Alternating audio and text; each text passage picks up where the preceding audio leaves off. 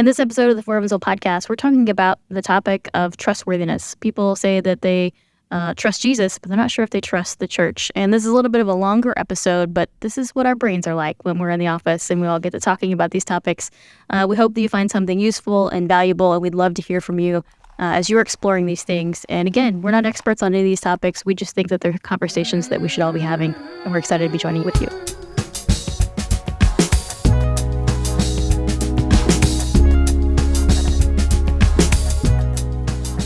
Hello, welcome to the For Evansville podcast. I'm Adrienne. I'm here with Jonathan and Sarah. And as you said before, our guests are each other. It's a good way to say it. Yeah. Nice. Oh, I like that. So we're going to stick with that. We're exploring building trust and relevance of the local church. All of this is based on a Barna study and the local faith and flourishing study that Welborn did. So we're just going to look at some stats and discuss those. Yeah, I think in general, episodes like this and this kind of conversations piece that we're trying is really kind of motivated by, I think all three of us would say that one of the things we like most about doing the work that we do is that these topics kind of like come up more frequently. And so this is an opportunity not for us to share like our expert opinions on them, but well, I don't know that I would even be having these specific conversations if it weren't for the opportunity to focus day to day on advancing human flourishing through the church and helping local church communities think about how they can better serve the city of Evansville. And obviously, if that's something we're trying to do, this idea of trustworthiness is really, really important because we often say that trust is kind of like the foundation of collaboration, and that somebody says collaboration moves at the speed of trust. I hear people say that a lot in our community. I don't know who said it first, but Probably Ross. Something Ross has yeah. So that's really important. But also, if we're looking at data and research and feedback from people and finding that people don't find a lot of trust in the church, that kind of also highlights something that there's probably some kind of problem there to be addressed or explored as well. Yeah, and I think part of this is looking at the Barna study, which is a national study, and comparing it to the Faith and Flourishing study, which is an Evansville 5 counties specific survey, and they're finding the same thing, then we know that affects us and we need to talk about it. Yeah. The Faith and Flourishing study has a lot of information in it. It's a 5-county study that was commissioned by the Welborn Baptist Foundation, and lots of really great information and learning about kind of just what are people's general perspectives of Christianity, of faith and religion in general. What are their habits related to how they might practice their faith? We really kind of poured over this report and found a lot of value in it, but I think one of the main takeaways for us was this trust deficit that appeared in the study. So walk us through like what that looks like. Yeah, and I think what's interesting that we always want to talk when we talk about this study is that 83% of people in our region identify as having some sort of faith, identify as Christians. About half of that group would be considered practicing and committed Christians. And there's information and data about what that means. But I think really understanding that was important for us as an organization to know that, hey, this is who we're talking to. And we talk to people in the city, that there's some sort of background or understanding about what faith is, what Christianity is. And 83% of people would say, oh, yeah, that's me, which is really high. Seems like, because really high, yeah. At least it did seem to me. But one of the questions that the first time I saw this, I thought, man, this is really telling. They asked a question of, in my opinion, the Christian church is, and then they have 4 categories: welcoming, trustworthy, a community asset, and relevant. For non-Christians, 16% said it was trustworthy, which we're not super surprised by that. Sure. But even people who are Christians, only 78% said it was trustworthy. I think there's just something really interesting. And then all residents was about 70%. So that's really fascinating when you think about the idea of, like, these are people who are saying, hey, I'm a Christian, but I'm not sure that the Christian church is a place that I trust. Mm-hmm. Yeah, and I think it's interesting too, whenever you think about those categories side by side, the three that ranked higher than trustworthiness, to me, and I'd be interested to hear you guys' thoughts on this, to me, I feel like I hear churches be intentional about those things. And like, I've been on a church staff and part of church leadership, and those are things that we think about intentionally. Like, do people feel welcome when they come into our church? Like, that's something that's important that we're putting effort into. Is our church relevant? Are people who are coming to this church feeling like it connects with their everyday life and their experiences? And then, is our church a community asset? Would people in the community say, I'm glad that church is here because I see the value that they bring? I haven't had a lot of conversations within the church about, man, how do we feel like people trust us? And have we taken an assessment of that? And are we being intentional? And what do you even do to be intentional about building trust? So I think it's a kind of an important conversation to dive into, partially because I don't know that it's on everybody's radar even. It certainly wasn't on mine before this. Sometimes, I think it was something I was thinking about because I've been in situations where I'm like, man, I'm losing trust in leadership, more on like a grand scale, these things, these stories we hear of, just things not being handled in correct ways, and the ways that information is not coming out in correct ways, or it feels like the ways that we just don't know.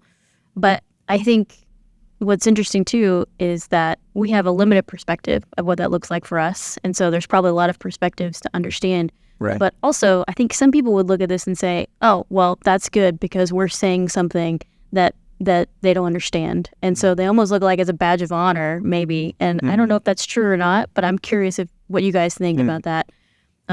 If maybe a church is like, oh, they don't trust me. Well, it's because they don't understand what I'm saying. And so I think sometimes maybe churches would look at that, and I'd say institutional churches would look at that and say, they just don't understand what we're trying to say. Interesting. Or they don't trust the gospel. Not that they don't trust me, but they don't trust the Bible. Yeah. Or, the relevancy of it. Well, in a previous episode, we talked about Americans losing trust in general. So I think that has a part to play in it, that Americans are just generally untrustworthy. They distrust first, and then they have to be convinced, or you have to earn people's trust. You have to earn people's trust, whereas that has flipped from the past, where you trust someone until they prove that they're not trustworthy.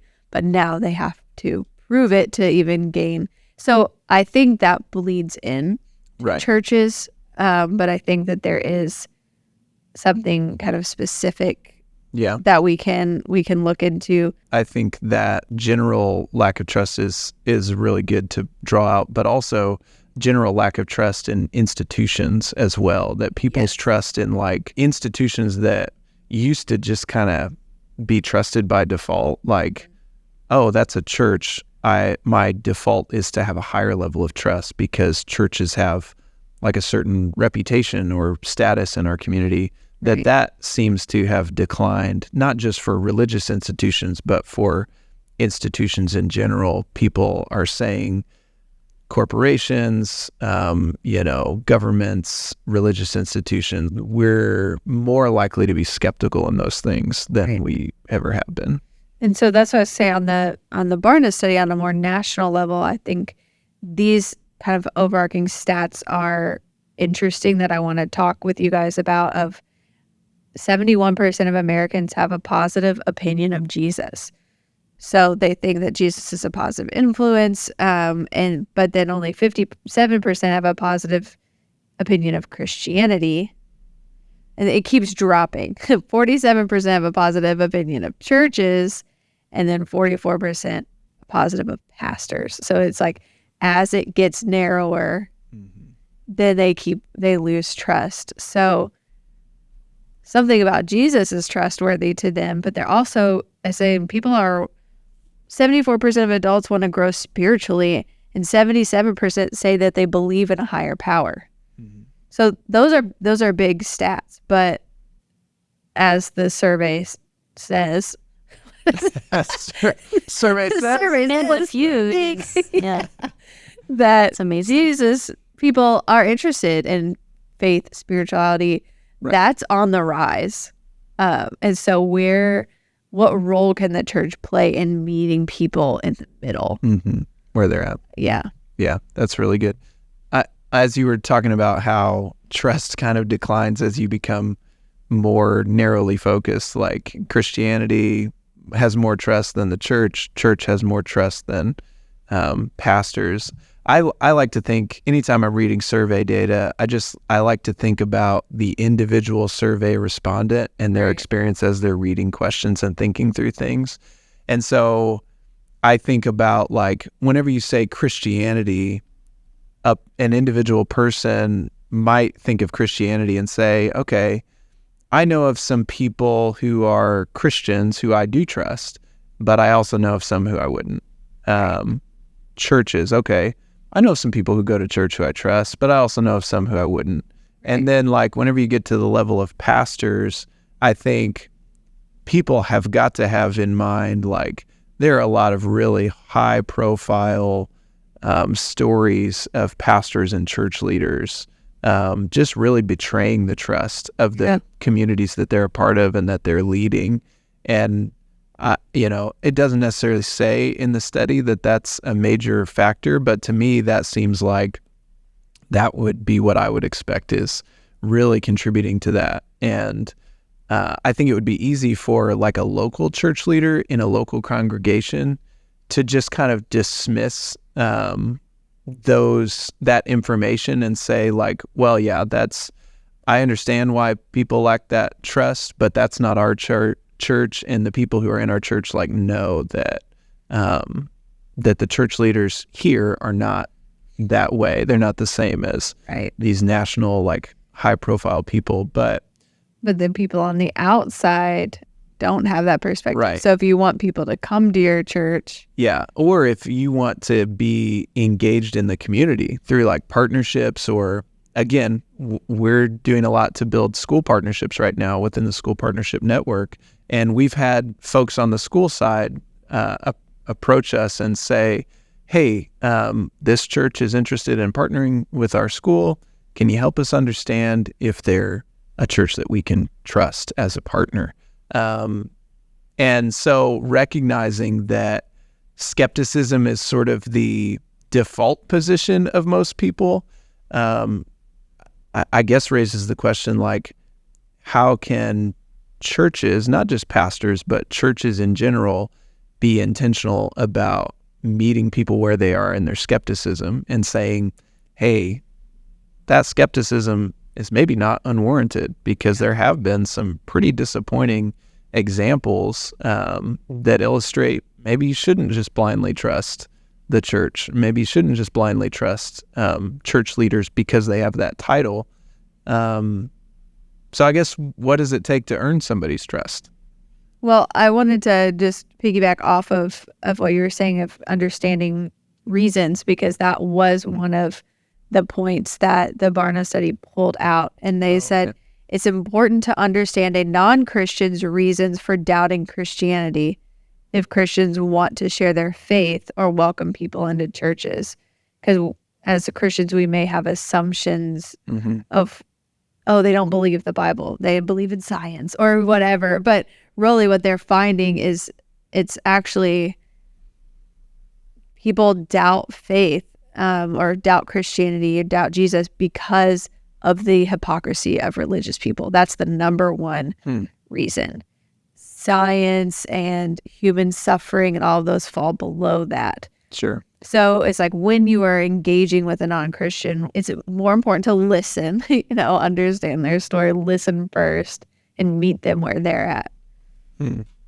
Yeah, that sounds a little bit like approaching it as a matter of relationship before approaching the matter of, like, do we agree or disagree? And, like, what's your worldview? Yeah. And that feels like a much more human way of approaching things, to recognize, like, everybody has a perspective on, like, what they believe about the world and, like, major questions that we all wonder about. But before jumping into those conversations and even considering that, that's not what makes you trust somebody. Yeah. Like there are people who would agree with me on a lot of things that I would believe, and I still wouldn't trust them, Right. because trust isn't built on like, what do you believe about the world? It's built on like, what kind of character do you have, and what's your track record of how you treat people? Yeah. And even when I think about how I was raised to think about evangelism, that is sharing Jesus with people. I'm going to point people to Jesus, share the gospel with them. And while that is obviously extremely important, it's like, well, these people actually trust Jesus. They think they think he's a good person. They, have a positive view of him, but that's not what's holding them back. Yeah. It's You something don't have to convince else. them Yeah. about Jesus. Yeah. Yeah. Interesting. I think something too, when you think about, Jonathan asked the question of like, what makes someone trustworthy? What makes you trust people? And then you said that, having a track record. But I think seeing over time, it takes time to build trust. Yeah. Yeah. It takes an instant to lose To it. destroy it. Yeah. And then is it possible to even rebuild it? And so I think in the Faith and Flourishing study that they did, this wasn't specifically on trustworthiness, but I think it's categories that you're seeing that some people in different generations said were important and were not important. And I think these are things that could contribute to that. So I'm just going to read those real quickly. That church should be a good example of their faith, that churches should promote social justice issues, that the value in the church, there's value in church collaborating with other churches of the same faith to help meet needs in their community, that there's value in churches collaborating with other churches of different faiths to meet needs in their community, and that the role of influencing politics should be relatively low importance for churches.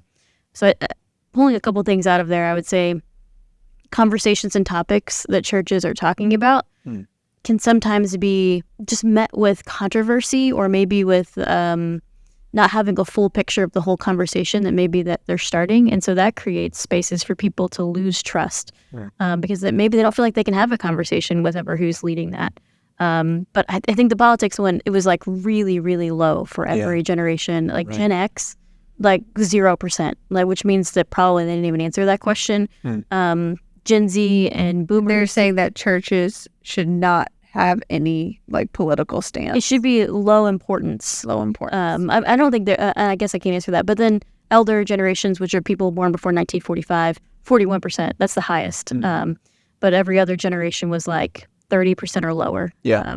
And doesn't the wording there is something like influencing politics, right? That the idea is what's the Influencing church trying to do? politics, should be of relative importance for churches. That's a good point. Because again, like that's something that if people have an opinion on, and we're hearing all these different spaces, we talked about trustworthiness in a previous episode, like who do we trust? Where's that coming from? Where are we getting that information?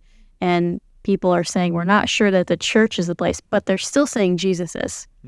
So how are they getting that? Yeah. Where's that coming from? I think that's fascinating. Yeah. Our tendency to distrust comes from a suspicion of ulterior motives, right? And so whenever we think about politics, it's like, okay, you're saying that your goal is for me to grow in my relationship with Jesus, to experience life and hope and love in Jesus, but you're talking a lot about your political preference. And so whether that's motivating you or not, it's easy for somebody on the outside to look at that and say, it feels like you're just trying to manipulate me to be on your team, to vote the way you want me to vote, that you're trying to accumulate power for yourself and influence for yourself and make the world the way that you want it to be, in a way that's favorable to you. I think it builds a lot of trust whenever a Christian or a Christian community is able to truly demonstrate that you are for the good of somebody else, that you're able to really do like the word says and follow Christ's example of humbling yourself, taking on the form of a servant, considering other people more important than yourself, instead of fighting for your own rights and prioritizing what's best for you over everybody else. And that's not to say that there's no place for conversations about things like religious freedom or for Christians to be engaged in conversations about people's rights and politics and stuff like that. But when it's clear that the motivation is self-serving, I think that trust takes a hit. When you said, like, where's the disconnect if people are trusting in Jesus but not the church? Yeah. Like, how does that happen? Where's the disconnect? So one of the questions I want to ask is, so does that mean church does not look like Jesus? Ooh.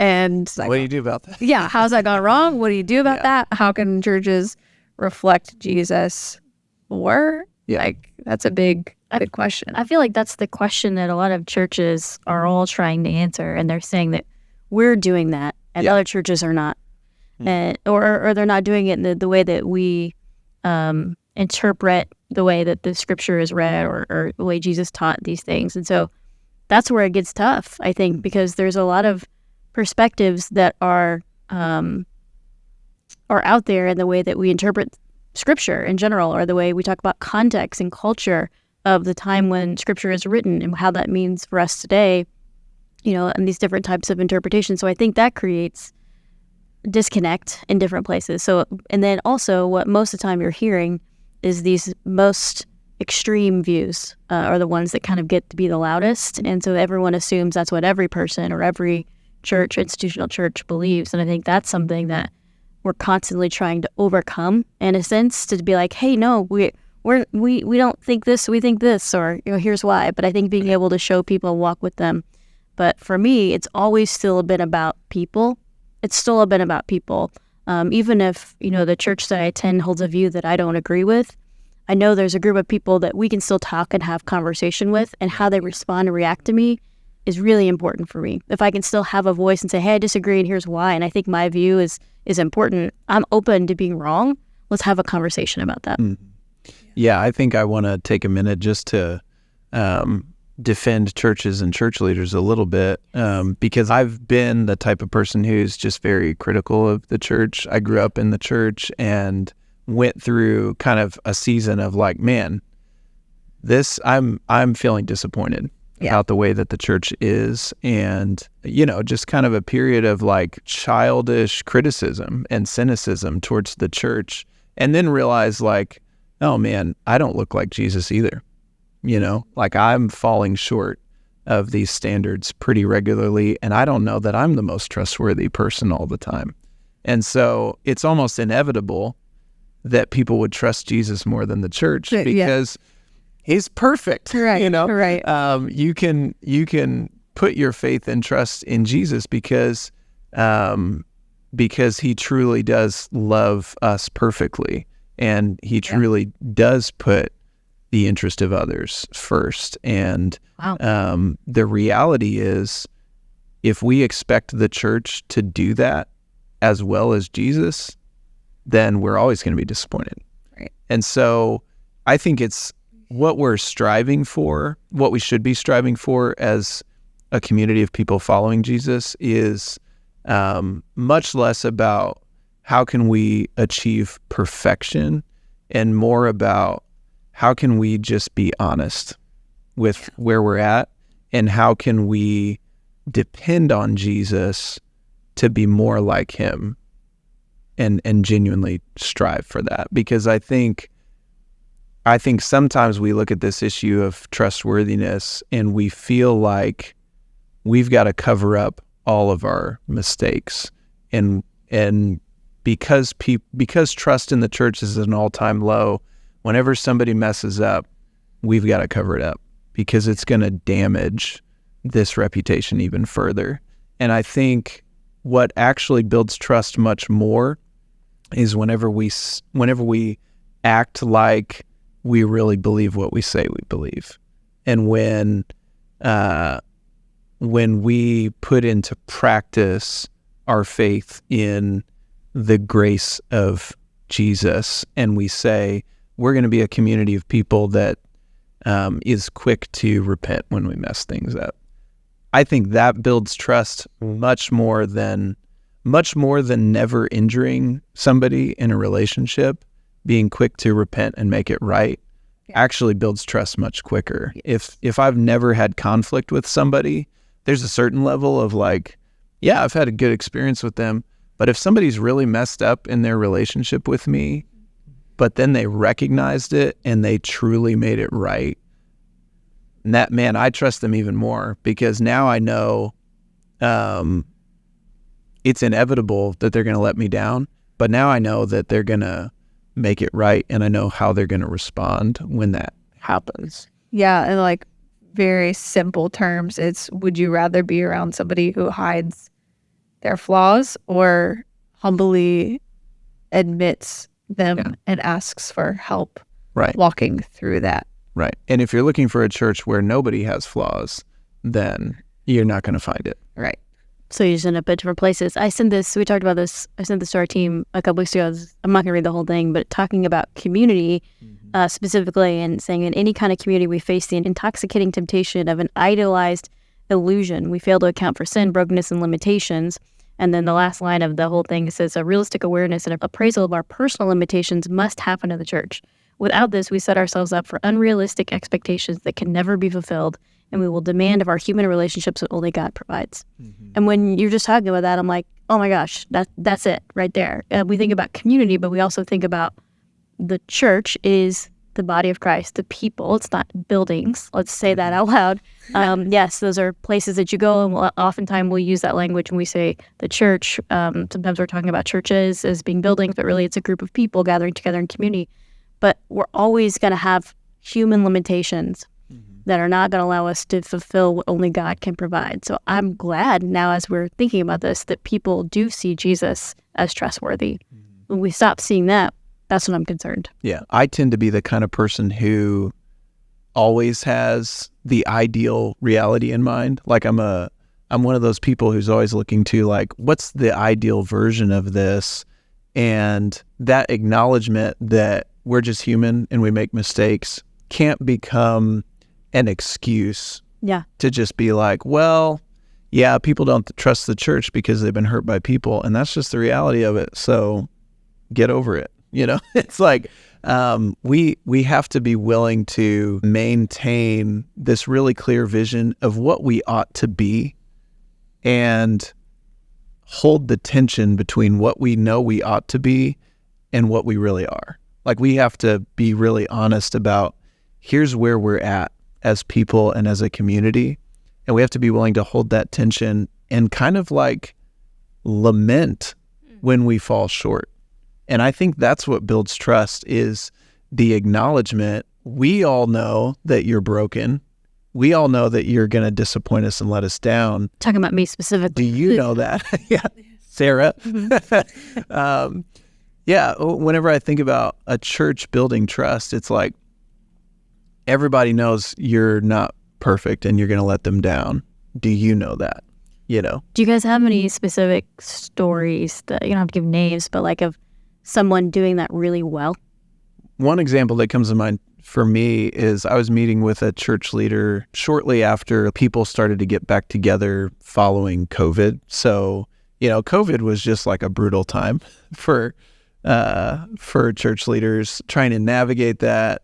You got people angry at you no matter what you do, and like every decision is the wrong decision and all of that. And so I was meeting with a church leader who became the pastor of his church like weeks before COVID started. So he's brand new in this church, and then COVID happens, and they're walking through that together. And I remember he told me, he said, we had a really good, it was a small congregation. We had a really good conversation with our congregation recently where I stood up and I basically said, you know, we got through this last year and a half together. We made a lot of decisions as they came. I don't know if they were all the right one, you know, and he just kind of acknowledged, like, I don't know if we did the right thing. We did the best we could. I don't know if all the decisions that we made were the right ones. We're going to make more decisions, and they're not all going to be the right ones. But let's just be in this together and do the best we can. And I just thought that was such a good way of acknowledging, like, I'm not perfect. I'm doing the best that I can. and I need grace too, and if you're expecting me to make the right call every time, like, it's just not going to happen. Yeah. I think there's a distinguishing thing for me between two pastors, and one was like, yes, I make a lot of mistakes, I struggle with these things, and you kind of think in a way like, oh, they're building trust with me by admitting this from the stage or whatever, and you're drawn to that. But there was no follow-up after that. It was like, we're all broken, we all, like, even me, and people really latch onto that, and that's great. But it almost built a culture of like, it's okay that we're all broken, and then being that contrasting with a leader that also admits those things but says, like, that is why I have this person, and he might even name them from the stage, and they are holding me accountable, and they are calling me every Wednesday, and they're asking me, what's my next step to make this right? Yeah. And so there's like this, we are broken people, but we have to acknowledge that we're all working towards being more and more like Jesus every day. And so that kind of distinguishing of like, I have an accountability system, that's what I think builds trust with me and pastors the most, is if they have an accountability system, and I even know those people that are his accountability system. It's kind of like, I'm not just acknowledging the fact that I fall short and that I can do some relational damage, but I'm actually owning that and taking responsibility for it, and trying the best that I can to make it right, and to kind of protect people from my own shortcomings. And not just saying, well, everybody has shortcomings, so it's not like, stop getting on to me about it, leave me alone. But instead saying like, everybody falls short. I have the capacity, recognizing that I have the ability to hurt people, and I'm taking responsibility for that, and I'm going to do the best that I can to not do that. I think that builds a lot of trust. So I want to do you have one specifically that you wanted to talk about? Because I want to take this in a different direction. No, let's go ahead. I have a story I can share another time, though. It's more personal. Okay. Off the record. Off the record. All right. Man, everybody's going to be like, what's that story? Yeah. Hey, if you see me out, ask me and I'll tell you. But only, then I'll know you listen. Yeah, no, you have to know. Okay. So one of the things I want to talk about is church unity, and if that damages trust in the community. Like the lack of church unity? Yes. Okay, so there is a story I have that it shook me to my core, and I still think about it.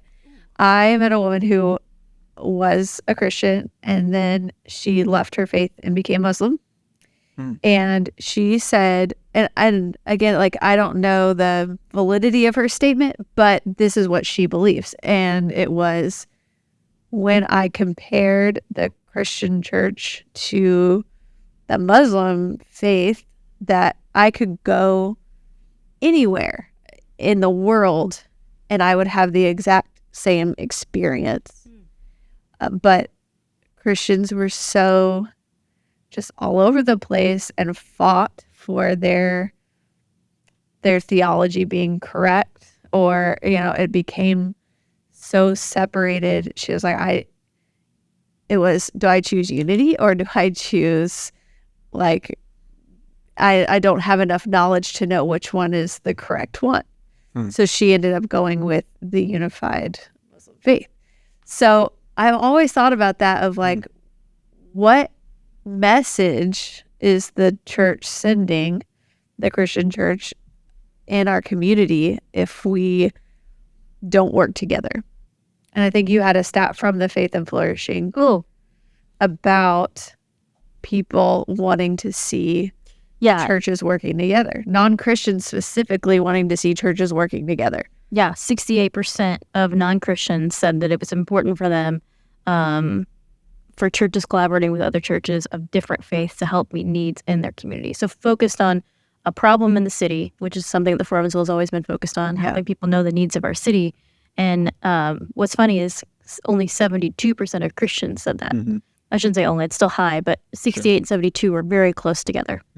I think when churches are unified in a very visible way, which again, what does church unity look like and what is that visibility, I think is a deeper conversation, because it's not just like an official partnership or doing things together. It might not even require doing things together, but that unity can look differently. But when it's obvious to folks in the community that the church is unified, I think what it communicates is that the message that we preach and that we say we believe, that we really do believe it, and that it's true.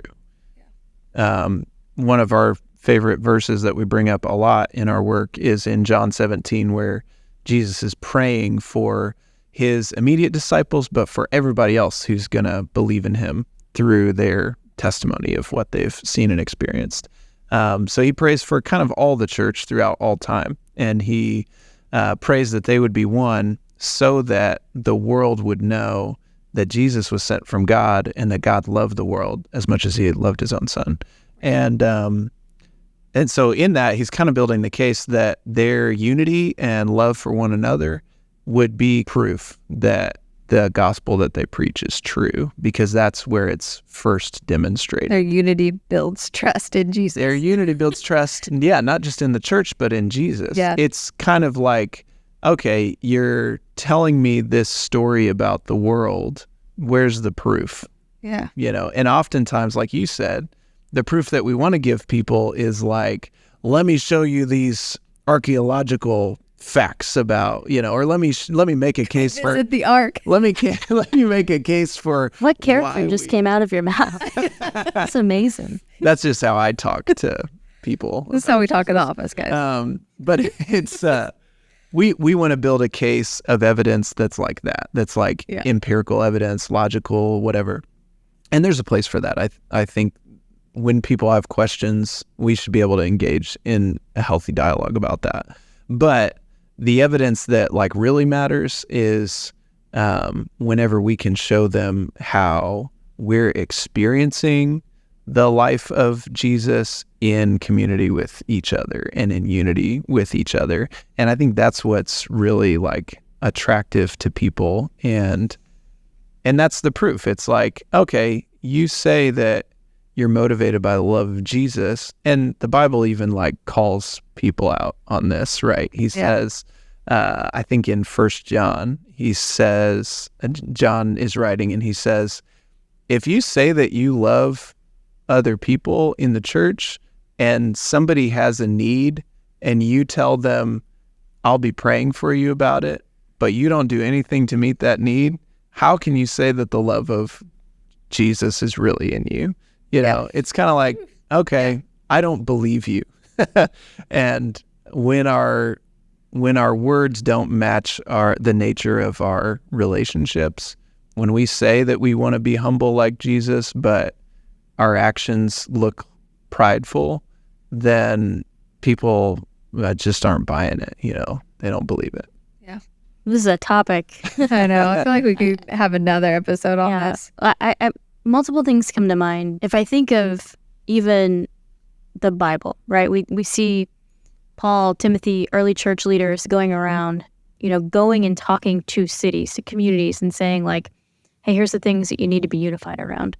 But a lot of them had different things that they were struggling with. So I think that's going to be common. I think we can look at that and say, man, different cultures and contexts, even now, are going to have things that are different. There are different things that we are thinking about in Evansville, Indiana, that maybe our friends in Denver, Colorado, Ross Chapman, are thinking about, and some of that is good, but we can still focus on the same thing. I do think it's such a great question. Like the way even being able to show that, like, why is there so much disunity between the church? And I think the example that still blows my mind is thinking of an organization that started inside of a church and saying, hey, we have this really great idea to do something great for the city, but people wouldn't connect with that organization because it was connected to this other church. So they only saw it as like, this is church's thing. How do we get past that? Like, Yeah. that is something. Well, we have church leaders coming to us and saying, will you host this event? Because we would like all Christians to come, but Yeah. they won't come to our building because we're not their church. And it's like, we don't even trust each other. Like, right. So when you, as a city, you see that, or you feel that, even that tension, then that already plants a seed of doubt in your mind of, okay, well, what's that church doing wrong then? is it pride? I mean, is that partially pride though? Think It's like we want it to be our event or our thing, or is it that we only have so much space in our time and minds that we only focus on the things that are in front of us, which is at our localized institutional church? I feel like, just in my own personal experience, that seems to be more.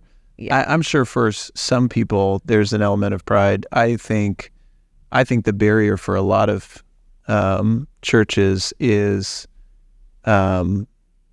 we've got a lot going on already, and collaboration takes a lot of time. Unity takes a lot of time. Building trust takes a lot of time, and relationship. And church leaders are just really busy. So I think a lot of times there's a heart for unity, and that a lot of churches in Evansville specifically really do wish each other well and want Sure. each other to be successful, and that there's even a lot of trust. And I would also say too, I think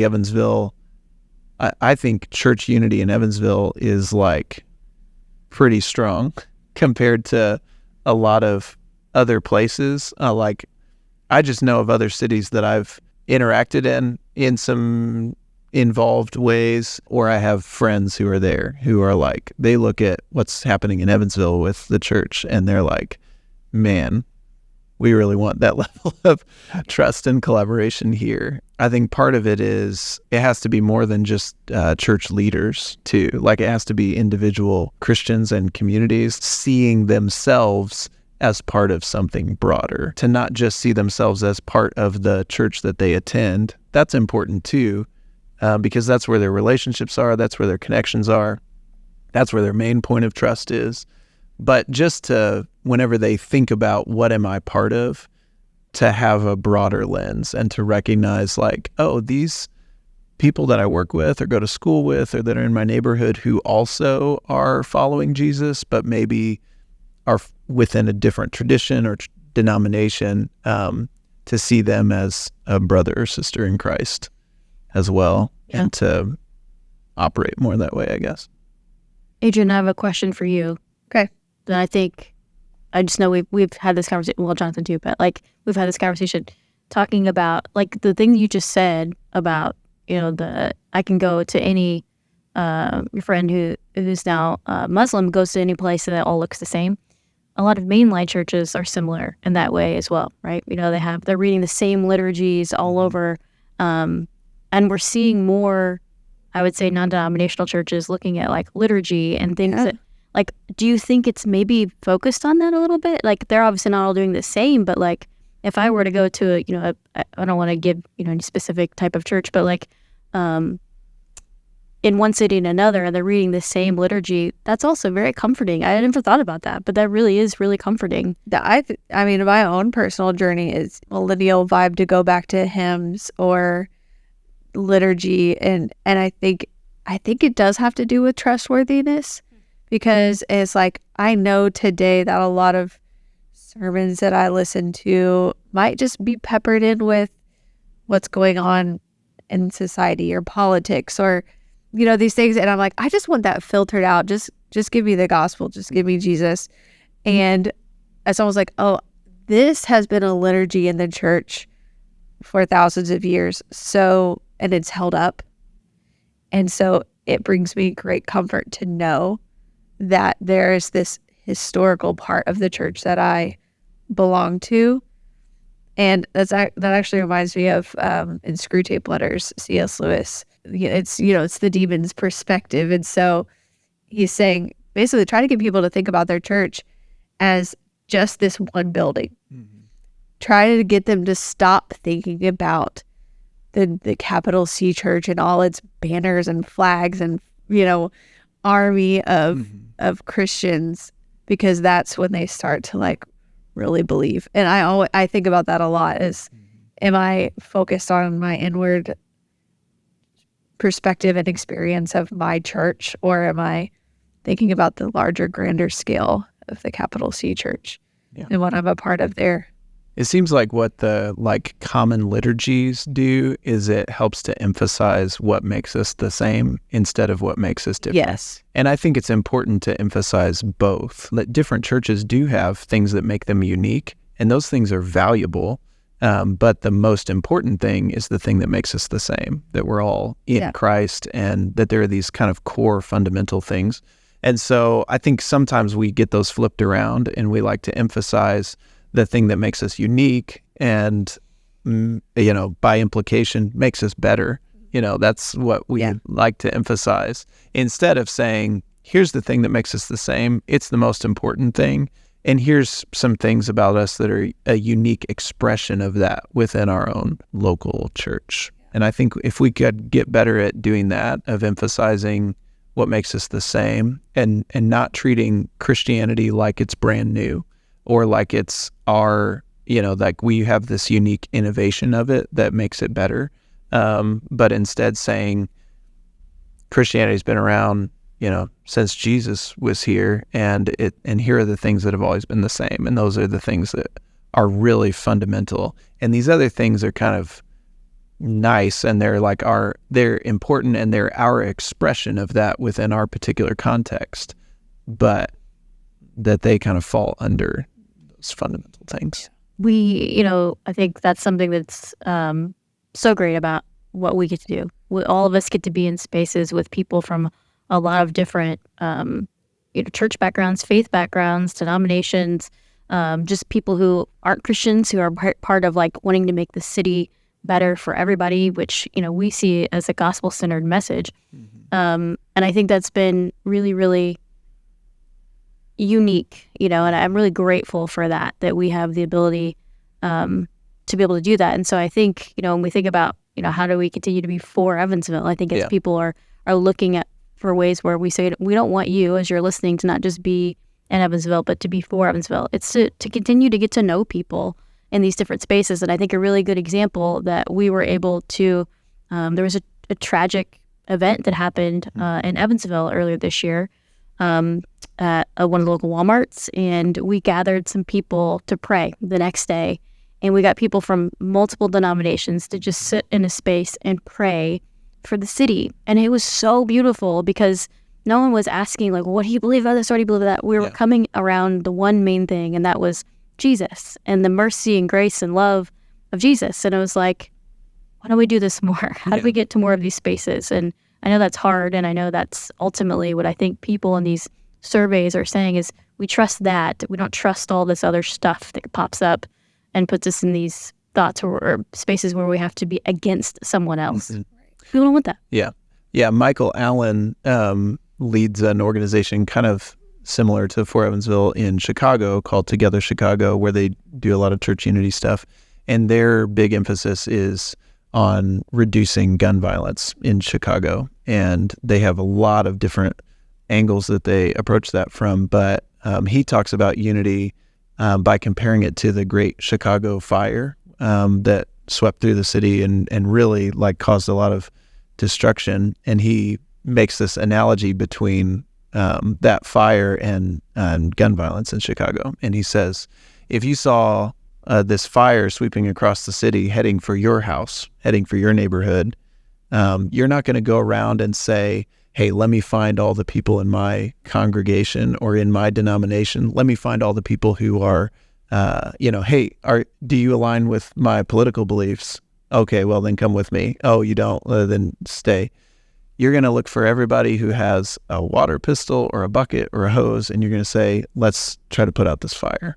And I think we've seen examples of that in Evansville as well. The one that comes to mind is, and this is something that we've talked about, that we went to a small meeting of church leaders talking about foster care and how do we help recruit more foster families, how do we address some of these needs.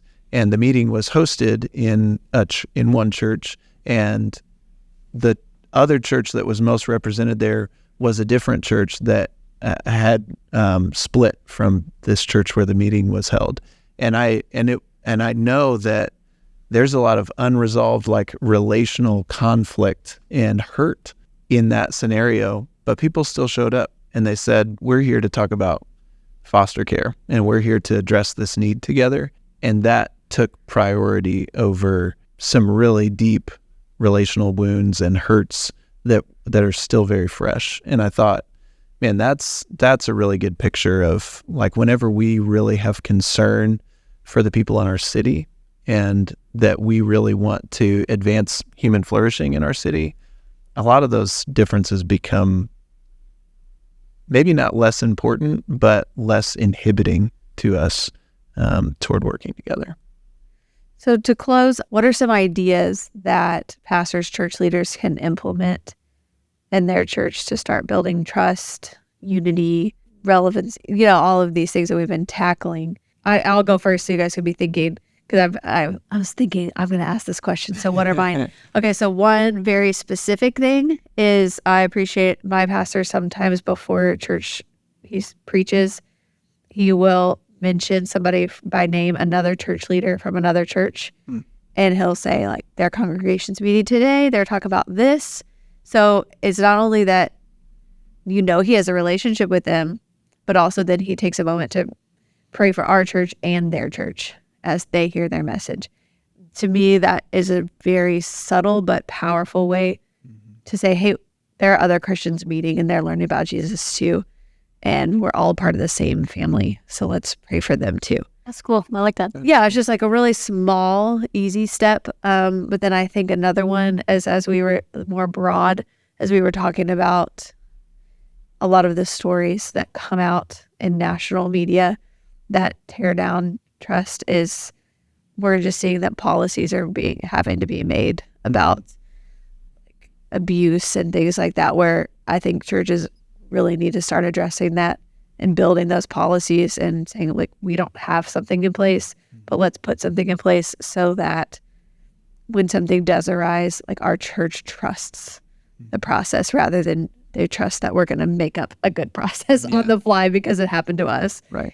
Planning ahead for disaster rather than being proactive about it and owning the fact that that could happen anywhere, and we want to be intentional about it. Right. And that accountability is already in place, so they know that if they violate that, there will be consequences for them, So. Yeah, a really clear plan that everybody knows. I think that's really good. And I think that it can apply not just to like sexual abuse, but, what's the plan for other ways that we're inevitably going to let people down? How are we going to make it right? Right. To know that ahead of time and to communicate that that's something you're thinking about. I like that. That's a really good one. I think I would just maybe say demonstrating that you're somebody who listens, and not only to people who are like you, even just to demonstrate in some kind of public way that you're having conversations with people who maybe don't trust the church or are likely to not trust the church, or just people who are different. I think that builds a lot of trust and demonstrates a level of humility and like, oh, if this person is willing to listen to that person, they'd be willing to listen to me, and they would be somebody that I could tell them something that they don't like without like damaging the relationship. This is somebody who can listen. I have two that come to mind. One is going to be like an eye roll, I know, but prayer. I think that the more and more I learn about prayer, and I would say praying with, I think taking what you're saying of Adrian, of like your pastor saying, hey, this church is doing this, praying with those people. Because what I learn more and more about prayer is it's all of us aligning to God. And when we all align to God, I think we're more together than apart. And those things don't need to be long. They can be simple, but being able to pray in unity for specific things. And then the second, I would piggyback specifically on what you said, Jonathan, about listening, especially if you are a pastor and you're going to be teaching on something. What do the people that you're teaching to believe about that already? Instead of listening to maybe national headlines and assuming that that's what everyone thinks already, what do the people that you're already shepherding in your space, whether you're a church of 500 or 50 or 10. Spend time with them. Be in proximity with them. Don't just stand in a space and teach them something that you think they believe. I think that's something that obviously you can hear it's personal for me, and that I think too often we don't spend the time, and I would say I was guilty of that in my time on church stuff, not always listening to what everyone has, and we're going to disagree, and I think that's healthy and good, and we shouldn't all agree in all the same in these spaces, because that's how we grow and learn and align together. Yeah, good stuff. Well, this was a long one. We covered a lot in this conversation, but I think if we want the church to be able to show up alongside other people in our city and help address problems and advance human flourishing and lean into sensitive topics, we have to earn trust and not assume it. And that's something to be intentional about. Yep. So shameless plug for our events. Another great action step is we host events for church leaders. And that's a great way to meet pastors that you normally wouldn't meet other church leaders, maybe that are worship leaders or youth leaders or something that you would normally connect with. And so that's just a great way to hang out with them, build trust. That's a goal of ours. And so follow us on social. We'll post those, and we just ask that you come to them, because you never know what you might learn or who you might meet. We'd love to hear your thoughts. Leave us a comment, shoot us an email. We'd love to hear from you. Thanks for listening.